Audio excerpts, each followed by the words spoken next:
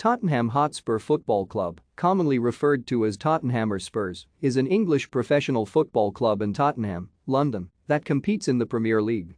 Tottenham Hotspur Stadium has been the club's home ground since April 2019, replacing their former home of White Hart Lane, which had been demolished to make way for the new stadium on the same site. Their training ground is on Hotspur Way in Bull's Cross in the London Borough of Enfield. The club is owned by ENIC Group. Tottenham have played in a first strip of white shirts and navy blue shorts since the 1898-99 season. The club's emblem is a cockerel standing upon a football with a Latin motto Audere Facere. Founded in 1882, Tottenham won the FA Cup for the first time in 1901, the only non-league club to do so since the formation of the Football League in 1888.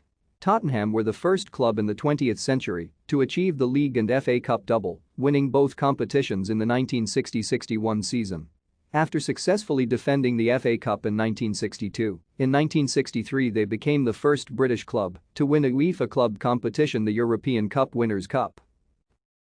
Thank you for watching. Like and subscribe if you would like to view more of our videos. Have a nice day.